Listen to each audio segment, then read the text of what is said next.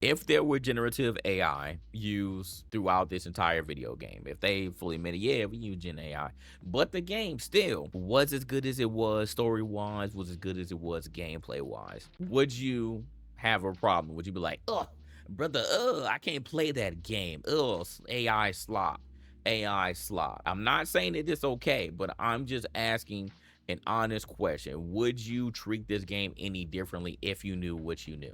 If you knew what you knew, if generative AI was all throughout this game, but everything else was the same. Story was the same. They had the same cast of characters.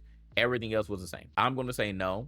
I'm not going to be mad at you if you say yes, but I think you would be disingenuous. I think you would be a little disingenuous if everything else was the same, but it was just some placeholders, generative AI all throughout this game, in a lot of different assets. I think it would look a little weird, but I don't think, like, if you've seen this.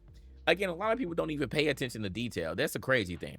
I wouldn't have noticed this. I'm sorry. I wouldn't have noticed it. I wouldn't have noticed it. And again, I'm not taking Exodus 33 or anybody off the hook in this hypothetical question, right? But I don't think I would have noticed to the point where I'm like, man, that's just wrong. I think it would have been lazy, yes, but I don't think it would have taken away from the full scope of the game, in my opinion.